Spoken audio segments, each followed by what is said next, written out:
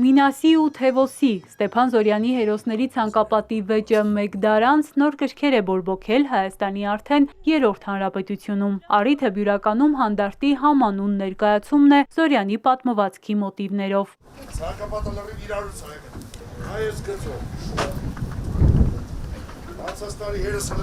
Ինչ են ցանկացել ասել, ինչ ուղերձ են փոխանցում։ Փաշինյանը ներկայացումը դիտելուց վայրկյաններ անց դեռ ջերմ ծափերը չավարտված հարցեր է ուղղում դերասաններին։ Ասում է ներկայացումը հավանել է լիաթոք ծիծաղել, բայց ուղերձը չի հասկացել։ Ես ինքս որպես հանդիսատես ուզում եմ իմանամ դուք ինձ ինչ ասեցիք։ Բայց ներկայացումը դրա համար է, որ դու տարբեր հարցեր բարձրաձայնես։ Մենք ուղղակի հարցեր ենք բարձրաձայնել եւ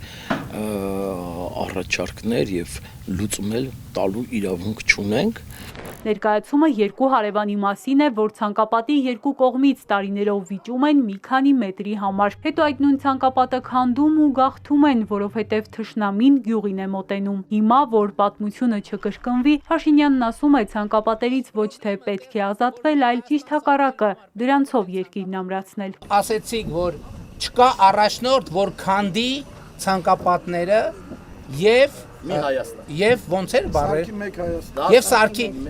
ամբողջ խնդրեմը տեղա որ մեկ Հայաստան սարքելու համար պետքա ոչ թե ցանկապատները քանդել այլ ցանկապատ դնել որովհետեւ երբ որ չկա ցանկապատ չկա եւ Հայաստան Քաղաքական որևէ ասելիք չեն ունեցել, չունեն, ասում է ներկայացման սցենարի հեղինակն ու ռեժիսորը։ Ինչպես է հասկացել վարչապետը, կամ ինչն է բաց մնացել, Տիգրան Գյուլումյանը դժվարանում է մեկնաբանել, բայց ներկայացման ասելիքն հստակ է։ Եթե չես ուզում կորցնես այն ինչ որ ունես, սիրես այդ։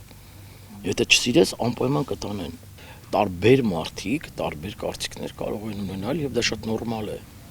Մեկի սրտով լինի ուղերձը, մեկի սրտով չլինի, մեկը ճիշտ համարի, մեկը սխալ համարի,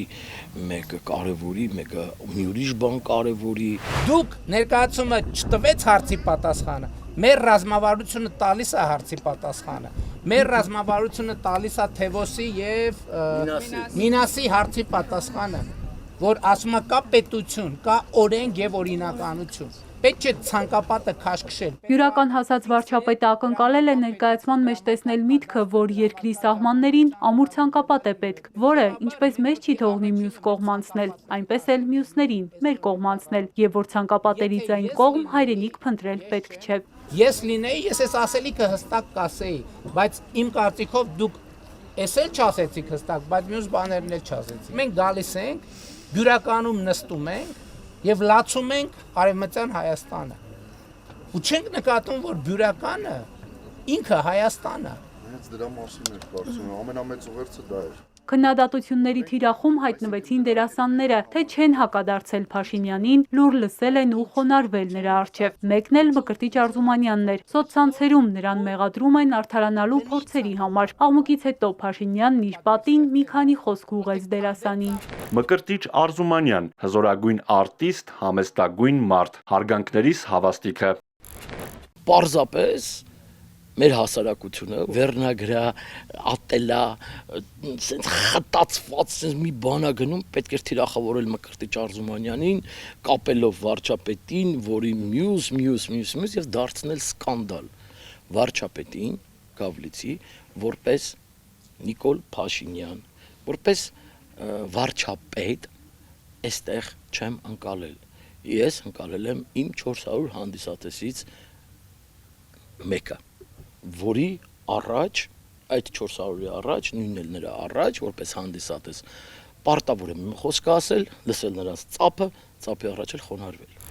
Եվ այդ 400 հանդիսատեսից մեկը, որ վարչապետն էր, հասցրեց խոսել նաև իրական Հայաստանի մասին, հիշել, որ պետք է դադարեցնել հայրենիքի մասին երազել ու փնտրել այն այս ու այն կողմում։ Երազանքի հայրենիքը հենց Հայաստանի Հանրապետությունն է։ Էրմինե Ղարիբյան, Սիմիկ Մայիլյան, Էպիկենտրոն։